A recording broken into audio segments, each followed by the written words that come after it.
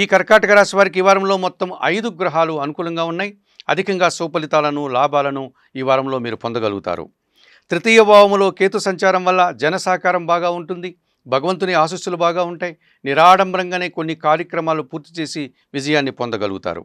షష్టమ భావంలో ఉన్నటువంటి ఈ చంద్ర సంచారం వల్ల వృత్తి ఉద్యోగ వ్యాపారాల్లో సజావుగా మీరు పోటీని తట్టుకుని విజయాలను, అవకాశాలను అందిపుచ్చుకుంటారు.